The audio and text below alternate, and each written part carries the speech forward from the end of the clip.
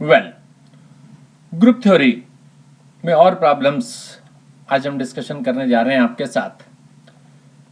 इस क्वेश्चन को देखिए, 2x2 मैट्रिक्स टाइप एक प्रॉब्लम मैंने लास्ट वीडियो में आपके साथ शेयर की थी, डिस्कस की थी। यह एक और नया type, GB the set of all 2x2 matrices with non zero determinants. यानी आपके पास G एक मैट्रिक्स है 2x2 साइज की, सारे के सारे एलिमेंट्स रियल नंबर हैं, और A into D minus B into C, क्योंकि बोला कि नॉन जीरो डिटर्मिनेंट। फिर डिटर्मिनेंट जब आप इसका A B C और D का निकालेंगे तो A को D से मल्टीप्लाई करेंगे और माइनस B को C से, और वो बोला नॉन जीरो। नॉन जीरो का मतलब है ये रिजल्ट जीरो के इक्वल नहीं है जी, ऐसा बोला गया जी। तो G आपके पास एक मैट्रिक्स है 2x2 साइज की, जिसका डिटर्मिनेंट जीरो नहीं है जी, और जो ऑपरेशन है वो यूजुअल मैट्रिक्स मल्टीप्लिकेशन, ठीक है। यानी G आपके पास सेट हो गया और मैट्रिक्स मल्टीप्लिकेशन उस पर अप्लाई किया जाने वाला ऑपरेशन हो गया जी। तो आपने इसे एक ग्रुप डिक्लेयर करके देना है जी। आइए जी देखते हैं कैसे हम इसको लेकर के चलते हैं। वही सारी कंडीशंस जो मुझे मालूम है, बार बार उसको मैं यूज करके दिखा रहा हूं आपको। मैंने क्या किया, let A and B belongs to G, यानी A और B दो मेरे पास मैट्रिसेस हैं जो कि G से बिलोंग करने वाली हैं। मैंने उनको सपोज कर लिया जी। A is A1 B1 C1 D1 and B is the matrix A2 B2 C2 and D2। अब जब A और B G से बिलोंग करने वाली मैट्रिसेस हैं तो पक्की बात है A का determinant not equal to zero, और साथ ही साथ B का डिटर्मिनेंट भी नॉट इक्वल टू जीरो। इसका मतलब क्या हुआ, A1 into D1 minus B1 into C1 is not equal to zero, A2 D2 minus B2 C2 is also not equal to zero, यानी determinant not equal to zero. अब अगर मैं A और B का मल्टीप्लाई कर लूं तो मेरे पास जो भी एलिमेंट्स आ जाएंगे मल्टीप्लिकेशन के बाद वो सारे के सारे रियल नंबर्स होंगे, यानी G से बिलोंग करने वाले होंगे जी। तो A इंटू बी के जो भी एलिमेंट्स आएंगे, मल्टीप्लिकेशन मुझे आता है जी, कैसे करते हैं, लाइक दिस, ठीक है। तो A1 को A2 से plus B1 C2, A1 with B2 and plus B1 with D2, C1 with A2, D1 with C2 and C1 with B2 and D1 with D2। ये मेरे पास आ गया जी, करेक्ट। अब मुझे डिटर्मिनेंट अगर थोड़ा सा याद है तो अगर A determinant B determinant not equal to zero, तो AB का अगर मैं होल डिटर्मिनेंट भी निकालूं तो उसका रिजल्ट होता है A का डिटर्मिनेंट इंटू B का डिटर्मिनेंट, सेपरेट सेपरेट निकाल करके। अब ये दोनों में से कोई भी जीरो नहीं है, पक्की बात है।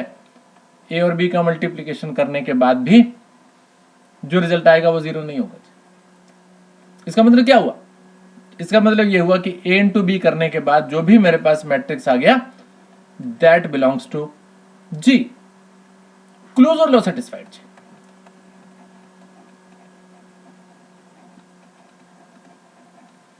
Closure law satisfied, correct. दूसरी चीज एसोसिएटिव लॉ।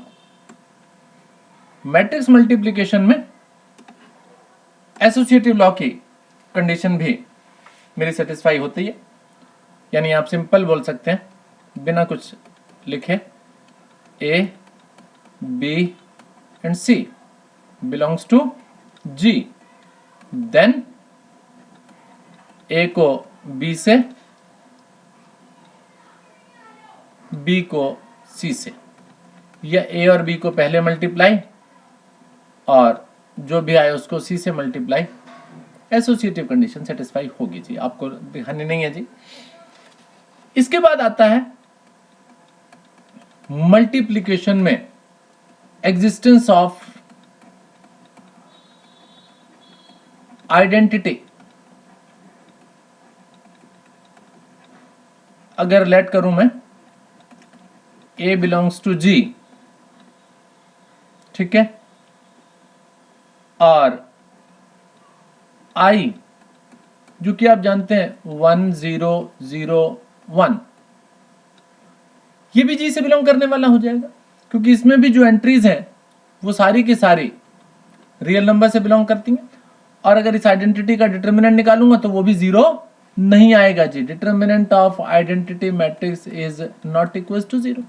इसका मतलब this I belongs to G, ठीक है। अब अगर इस ए को आई से मल्टीप्लाई करूंगा तो ए आ जाएगा। ए उसके साथ लगाया मैंने ये वाला ऑपरेशन, ए ये ऐसे क्रॉस करके अगर मैं लगाता हूं तो ए इंटू आई गिव्स मी ए। इसका मतलब ये जो आई हो गया आइडेंटिटी मैट्रिक्स हो गई, that is the identity element. तो this implies I which is 1001 is the identity,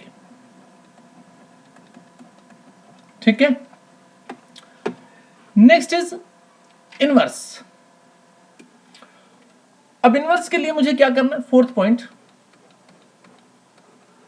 A is the matrix which is A, B, C and D and its determinant this belongs to G और AD minus BC is not equals to 0। अब अगर किसी matrix का inverse मुझको निकालना है तो inverse किसी मैट्रिक्स का मुझे निकालना आता है जी। इस D और A को एक्सचेंज कर लेते हैं, D और A को एक्सचेंज कर लीजिए, इनके साइन चेंज कर देते हैं B और माइनस से, और इसको डिवाइड कर देते हैं A के डिटर्मिनेंट से, A के डिटर्मिनेंट से, A के डिटर्मिनेंट से, A का डिटर्मिनेंट, करेक्ट। और एक बार फिर दोबारा से AD माइनस BC आ जाएगा और अपॉन में भी AD माइनस BC आ जाएगा जी। और आपको मालूम है कि ये जो AD माइनस BC अपॉन में आया this is not equal to 0। इसका मतलब है कि ये जो A इनवर्स का जो डिटर्मिनेंट है that is not equal to 0, determinant of this A inverse. यानी ये जो इनवर्स मेरे पास आया ये भी G से बिलोंग करना चाहिए जी। इसका मतलब है कि A का इनवर्स बिलोंग्स टू G। अब आप इस A के और इस A के इनवर्स को अगर मल्टीप्लाई करें तो क्या आना चाहिए, आइडेंटिटी आना चाहिए, यानी E आना चाहिए, जिसे हमने आइडेंटिटी एलिमेंट सपोज किया। तो A और बीच में लगाया वो ऑपरेशन जिस पर हम डिस्कशन कर रहे हैं, और ये मेरे पास आइडेंटिटी। तो इस तरह से मेरे पास चारों चीजें मिल गई जी। क्लोजर लॉ सेटिस्फाई हो गया, एसोसिएटिव लॉ सेटिस्फाई हो गया, existence of identity, existence of inverse, right. तो आप क्या बोलेंगे, सो G with the operation multiplication, usual multiplication of matrix forms a group.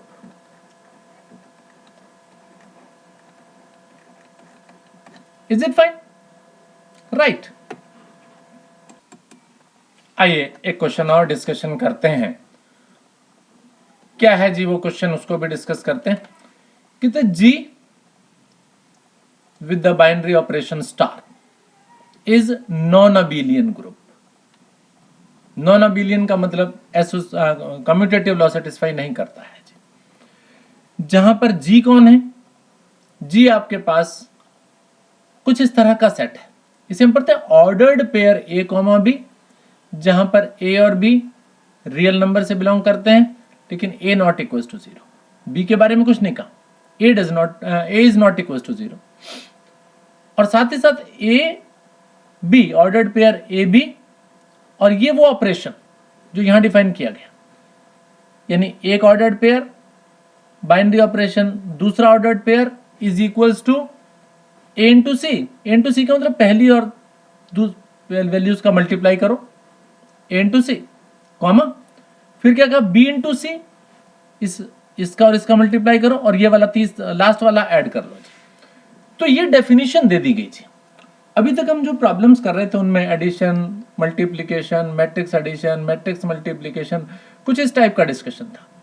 अब की बार अपने आप डिफाइन किया हुआ हमें प्रॉब्लम दे दिया जिसमें उस ऑपरेशन को भी डिफाइन किया हुआ है।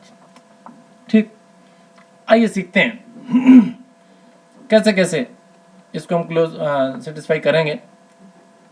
First of all with the closure law.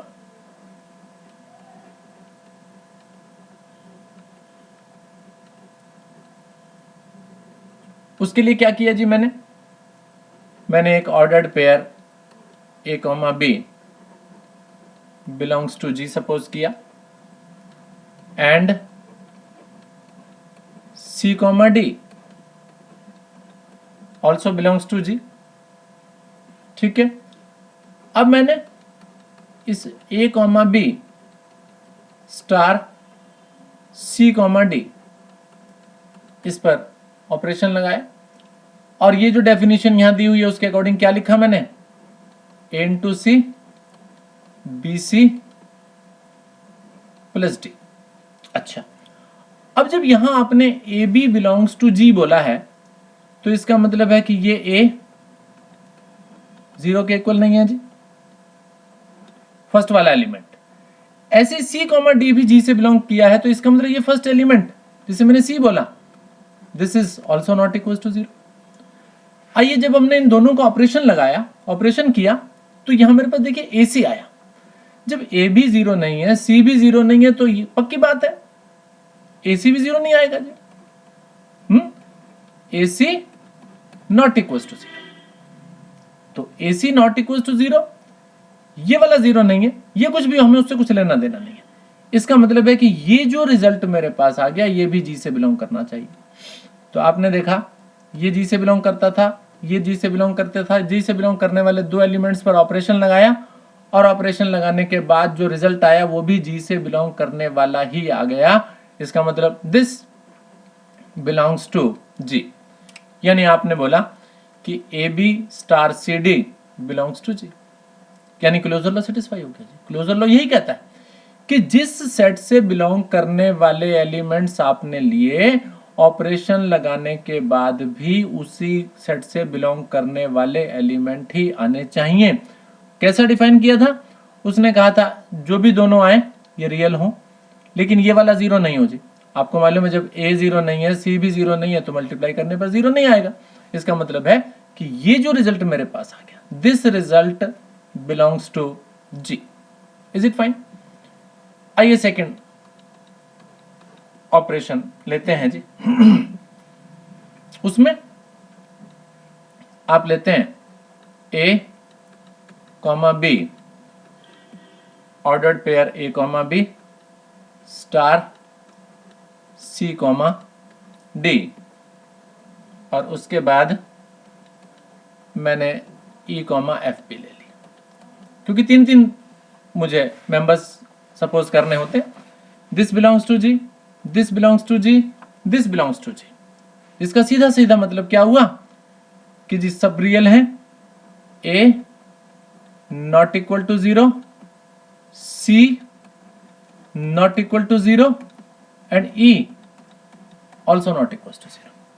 ठीक है, आइए जब इन पर ऑपरेशन लगाता हूं, वही definition A B C D, उसकी डेफिनेशन सीधी लिखी है जी, A into C B into C plus D. After applying the operation in दोनों पर अप्लाई किया मैंने, और अभी थर्ड वाला बाहर है जी, ई एफ। ठीक है, अब देखिए जी, अब एक सेट ये, एक सेट ये, दोनों पर मैं बाइंड ऑपरेशन लगाता हूं जी। दोनों पर ऑपरेशन लगाएंगे तो उसका रूल क्या कहता है जी? पहला एलिमेंट तो बोला इसका और इसका मल्टीप्लाई कर दो, सीधा ए इंटू सी लिख दो। तो यहां देखिए एक सेट और दूसरा सेट इनका मल्टीप्लाई करेंगे, ए सी ई आ जाएगा मेरे पास, ए सी ई, करेक्ट। दूसरे में क्या कहते हैं, बी इंटू सी कर लो, पहले पहले एलिमेंट्स को मल्टीप्लाई कर लो, यानी बी सी प्लस डी, उसके साथ ई का मल्टीप्लाई कर दो, उसके साथ ई का मल्टीप्लाई कर दो, और फिर ये डी का मतलब ये लास्ट वाली एंट्री ऐड कर दो जी। लास्ट वाली एंट्री का मतलब है ये एफ वाली वैल्यू जो है वो आप इसमें ऐड कर दीजिए, ठीक है। अब यहां देख रहे हैं ए सी ई, तीनों में से कोई जीरो नहीं है, ये जीरो नहीं आने वाला, बाकी जो भी कुछ आएगा वो रियल आएगा जी, ठीक है। तो ये रिजल्ट, ये जो भी कुछ आ गया ये आपके पास क्या हो गया, दिस इंटू दिस और बाद में दिस। अब मुझे क्या प्रूव करके दिखाना है? मुझे प्रूव करके दिखाना है कि ए बी पहले रखूं और सी डी और ई एफ को बाद में करूं तो क्या वो रिजल्ट सेम आता है? आप अगर चेक करके देखेंगे तो वो सेम आ जाएगा, this one, A B C comma D और E comma F. Is it fine? तो एसोसिएटिव लॉ मेरा सेटिस्फाई हो गया।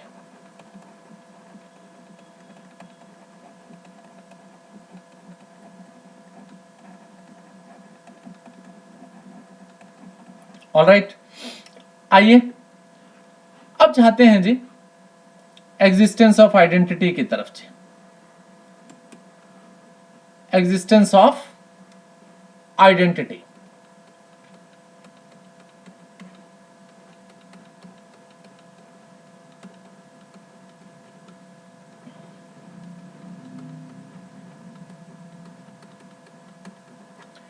एग्जिस्टेंस ऑफ आइडेंटिटी का क्या मतलब है भाई? ए कॉमा बी, उस पर बाइनरी ऑपरेशन लगाऊं और मेरे पास एक बार फिर ए कॉमा बी मिल जाए, ठीक है, for all A comma B belongs to जी।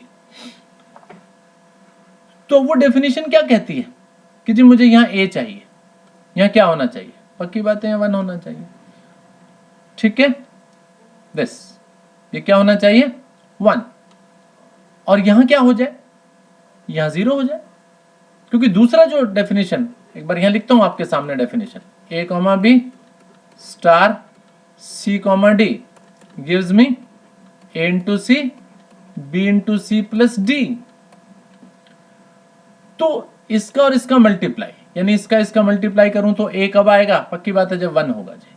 फिर इसका मल्टीप्लाई करने के बाद मेरे पास क्या आना चाहिए? बी आना चाहिए, 1।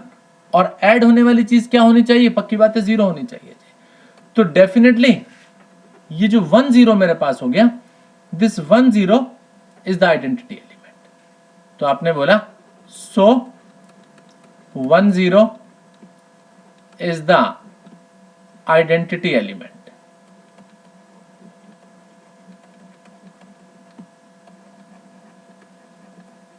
राइट।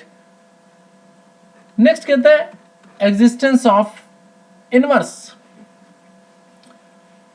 अब एग्जिस्टेंस ऑफ इनवर्स को देखते हैं जी, वो मुझे निकालना पड़ेगा। अब देखिए डेफिनेशन एक बार फिर लगाते हैं, ए कॉमा बी जी से बिलोंग करने वाला, binary operation C comma D G से बिलोंग करने वाला, 2 एलिमेंट, यानी ये इसका इनवर्स होगा। कब होगा? जब इन दोनों पर ऑपरेशन लगाने के बाद ये आइडेंटिटी मिलेगी जी मुझे, ये आइडेंटिटी मिलेगी जी मुझे। अब अगर ये आइडेंटिटी मिलेगी तो पहले आप इन पर ऑपरेशन लगाइए। जो रूल क्या कहता है आपको, जो भी रूल आपको बताया गया था उसके अकॉर्डिंग आपको लिखना है A into C then B into C plus D and that is equals to 1,0। ठीक है। यहां देख रहे हैं आप कि आपके पास a into C is equals to 1. Is it fine?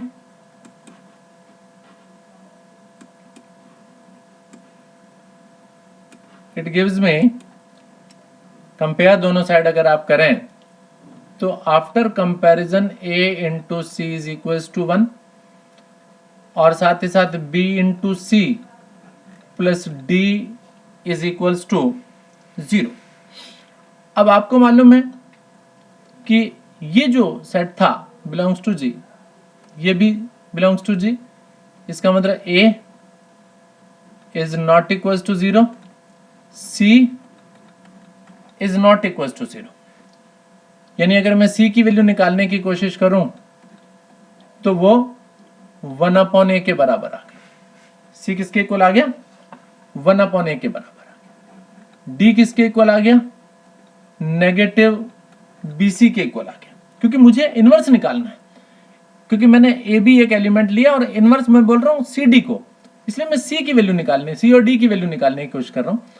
तो C मेरे पास आ गया 1/a और D मेरे पास आ गया नेगेटिव BC.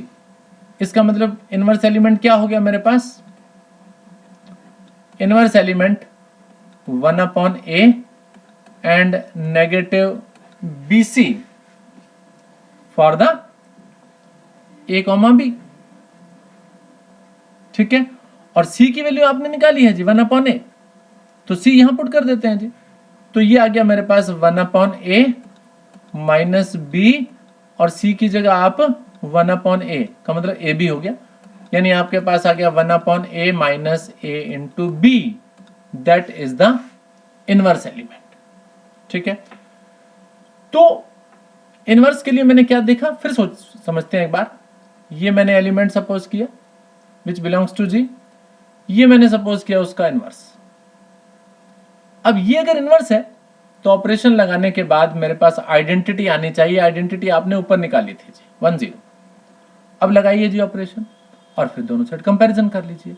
और कंपैरिजन करने के बाद आपके पास C की वैल्यू 1/a आ गई. A मुझे मालूम है, उसका 1/a कर लो, वो मेरे पास इनवर्स एलिमेंट का पहला ऑर्डर्ड पेयर का पहला मेंबर आ गया जी. उसके बाद मुझे चाहिए जी D की वैल्यू जी. अब D की वैल्यू किसके बराबर? माइनस BC के बराबर, minus B into C. Sorry भाई, ये तो गलत हो गया. Sorry, this is the mistake here.